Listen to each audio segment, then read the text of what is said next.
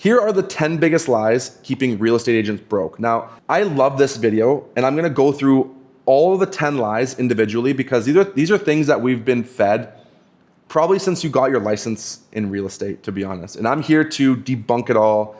So let's dive into it. The 10 biggest lies keeping real estate agents broke. Lie number 1, consistency alone brings clients. Now, the truth is, it's consistency with the right activities that compounds into a successful career.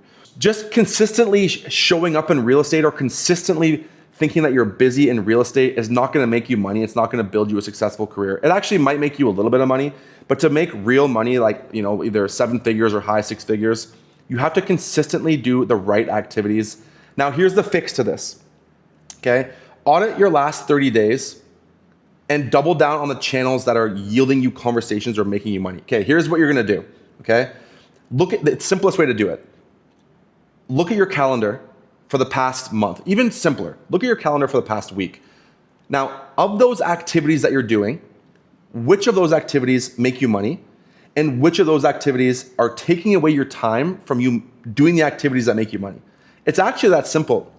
It's as simple as understanding, and you'd be surprised at how many people don't understand, and I'm that person. How many people don't understand what the money-making tasks are within their business. And the only way you can do this is by doing a high-level audit of your month, your week, whatever, and doing this consistently, okay? Doing this audit consistently, because eventually you'll forget a little bit, okay? And you're gonna forget, and you're gonna jump back into the same nonsense, and you're gonna be doing all the things. You think you're feeling busy, you're feeling good because we're told that being busy is good, but you're being busy with the stuff that doesn't progress your career, doesn't make you money. And sometimes I fall into that trap. I'll have a really busy week, and at the end of the week, if I had a crappy week or I had a really busy week, I'll look back and I'll go, okay, I did something wrong here, and I need to figure this out, okay? A daily metric that I have written down here is like having conversations, not hours worked. For some reason, I know we come from especially I'm a bit older, I'm 35, and hustle culture is was the cool thing, and I still have a hard time shutting off. I do work a lot. But with that being said, it's not about how many hours you worked, it's about how many conversations you've had, how many people you've met, how many, you know what I mean? That's actually what really matters, not just how many hours a day you work.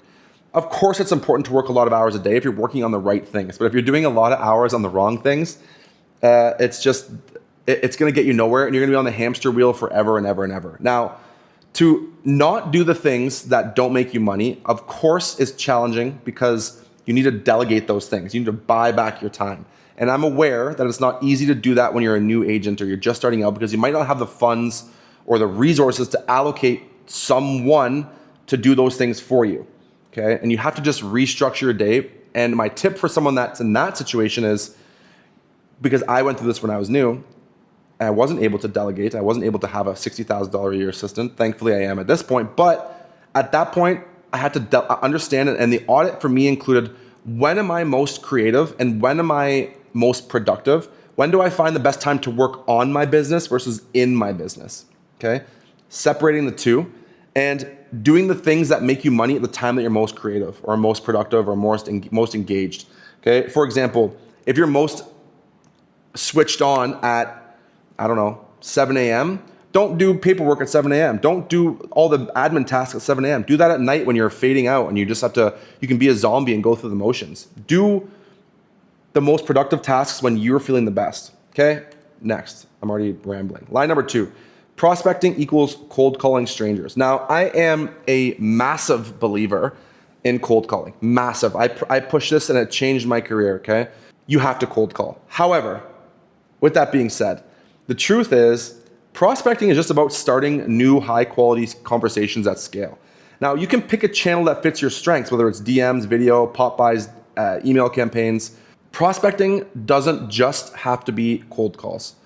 Okay, I do think you should have an aspect of your prospecting that's cold calls. However, some days I don't feel like cold calling. I don't feel like doing it, or maybe I have other options in mind. And for me, prospecting is spending an hour or two productively on social media.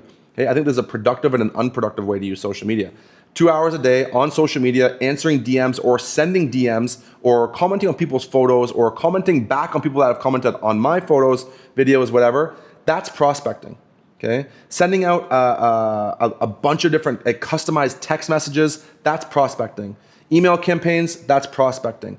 Do a channel that fits your strengths and stick to it, but also try to rotate through them all.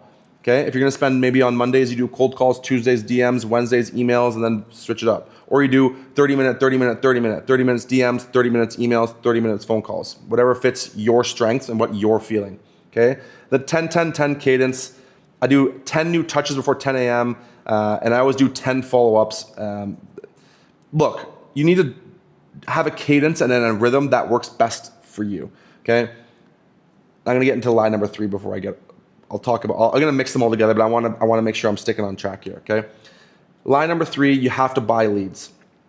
The truth is, most agents have a conversion problem, not a lead problem. I know that's gonna hurt your ego a little bit. It hurt mine.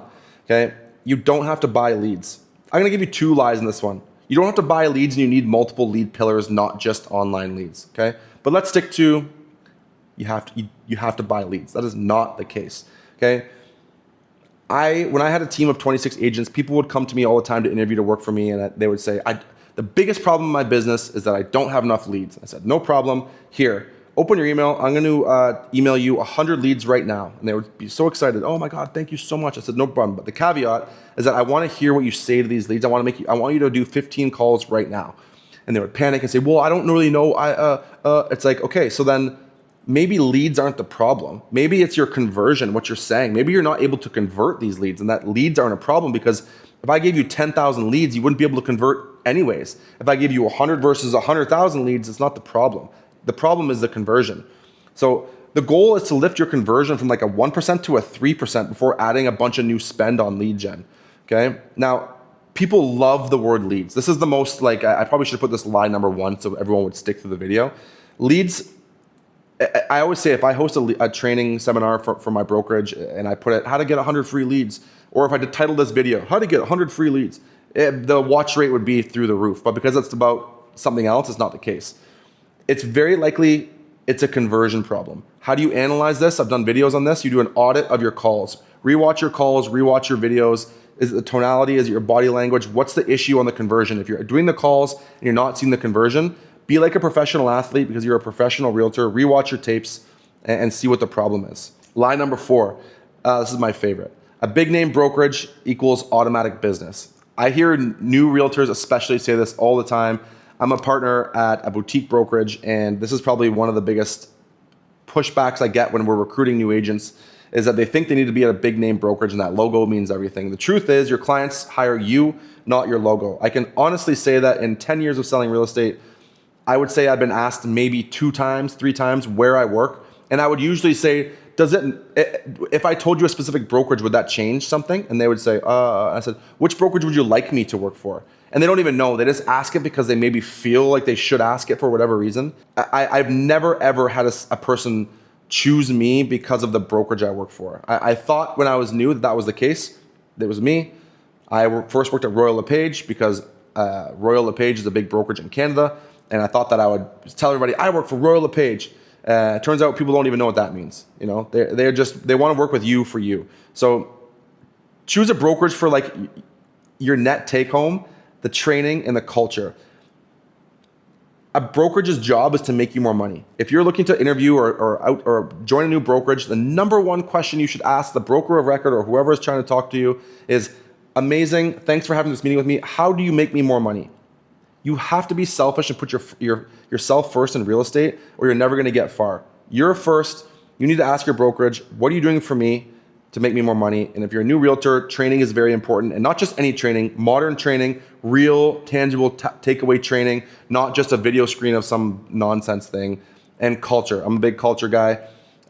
We've created an incredible culture at an office where everybody holds everybody accountable. To me, culture is everything. So that's up to you. Now, list your unique value propositions, and then you would use that when you're interviewing other brokerages, okay? Lie number 5, you don't need social media. The truth is, if they can't find you online, you're invisible. Now, I will get pushback on this, and the simple question I'm going to ask you that I say all the time, it's from Alex Ramosi, is would your business do better or worse if more people knew about what you did and how you helped serve them? Or how you help them achieve their goal. Would your business do better or worse? The answer, I would say 99.999% of the time, is your business would do way better if more people knew what you did to help them achieve their goals. It's not rocket science, right? I think in the day that we live in, there's so many positive benefits to having social media. It's just like almost a non-negotiable in my mind. Now, I have here your market reel updates, your carousel testimonials, your 90-day target, become the person to follow for real estate. It's challenging, and my advice for you is be authentic. Be who you are. Don't try to be someone you're not. Obviously, you have your role models that you look up to. Take what they're doing and put your personal spin on it.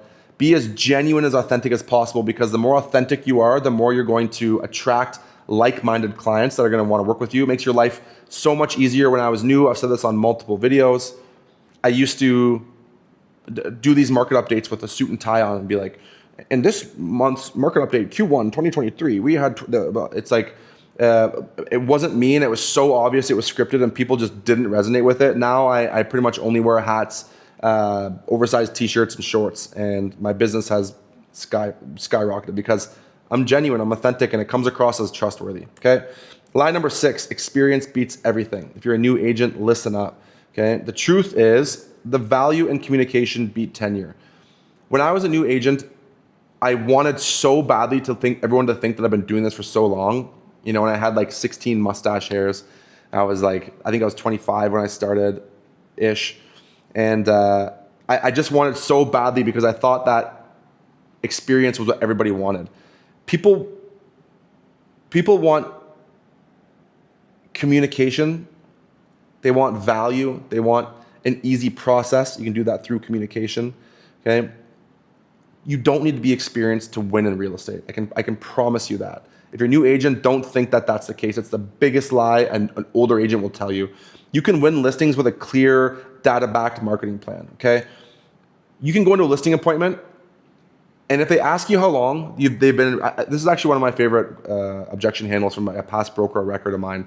It's just ask a question back. If they say, how long have you been in the industry for? It's like, look, I'm a new realtor, but does my number of years in real estate change the way that you would hire me? Like, yes or no? Here's my plan that I have to sell your listing in the best way possible. I have a clear plan. I have a clear marketing plan.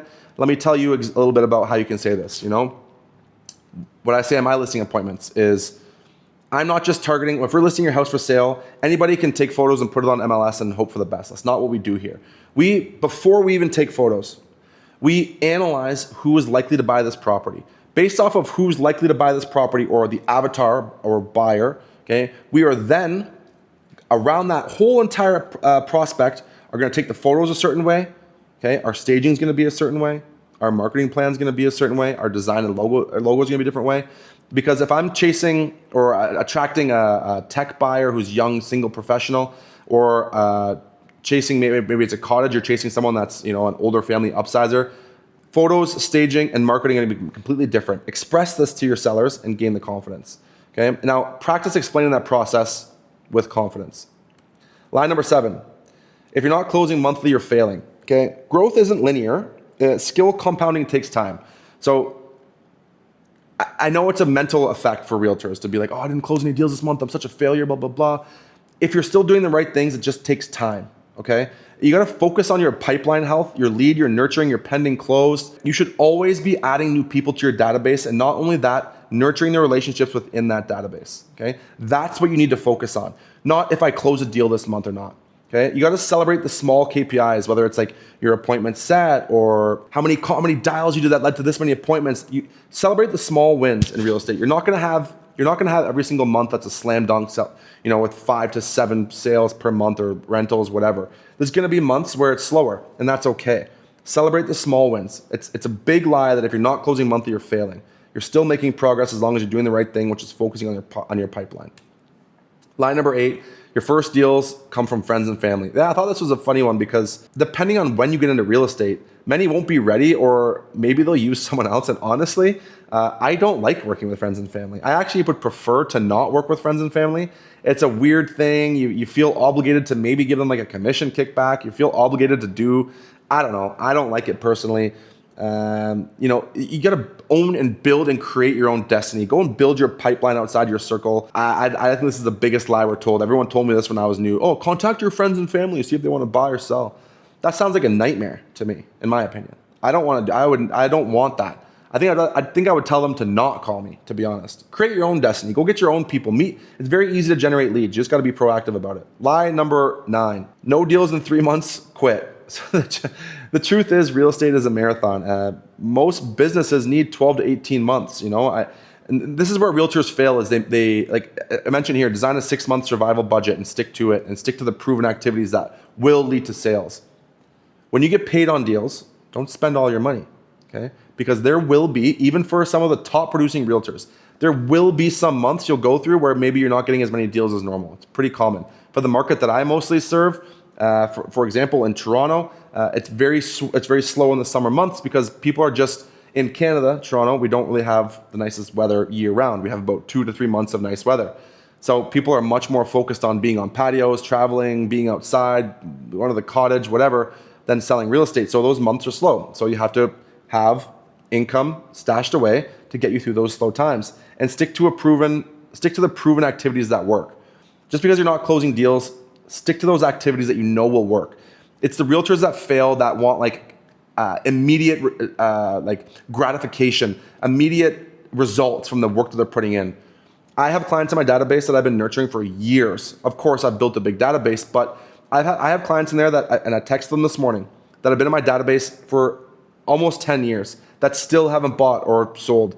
But that day will come because I'm always top of mind. Lie number 10, just copy top agents, okay? The inspiration is good, okay? But I talked about this. Cloning kills authenticity.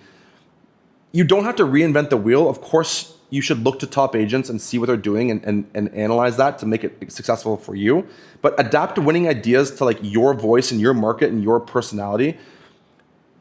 People will buy from you, okay? Your personal brand is everything. So work on it. Adapt the winning ideas, see what they're doing that's getting them to be so successful, and then change it up to make it like you. Because authenticity is what's gonna get you deals on social media, and being genuine and building trust, okay? So make it your unique story. Make it about you, see what they're doing, but make it about you. Those are the 10 lies that all realtors are being fed, and I just busted all of them. Whether you're a new agent or you're an experienced agent, I appreciate you watching this YouTube video. I appreciate you being here. If you can like or subscribe to the channel, I'm gonna be putting out a lot more videos just like this. And comment in the section below if I missed a lie that you've been told as a realtor. I'd love to hear it so that we can bust that myth together.